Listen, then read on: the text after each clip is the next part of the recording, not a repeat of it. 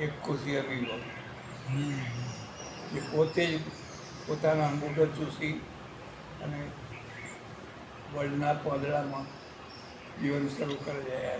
ડાર્વિનનો એક કોષીય વિવો. એ પછી મત્સ્ય અવતાર થયો. એનો વિકાસ થતા થતા માછલું થયું. માછલામાંથી કચ્છપ અવતાર, કચ્છપ અવતારમાંથી વરાહ અવતાર થયો, પછી નૃસિંહ અવતાર થયો, પછી વિકાસ થયો પરશુરામ થયો, પછી વિકાસ થયો રામ થયા મર્યાદા પુરુષોત્તમ, અને પછી પ્રેમાવતાર કૃષ્ણ થયા.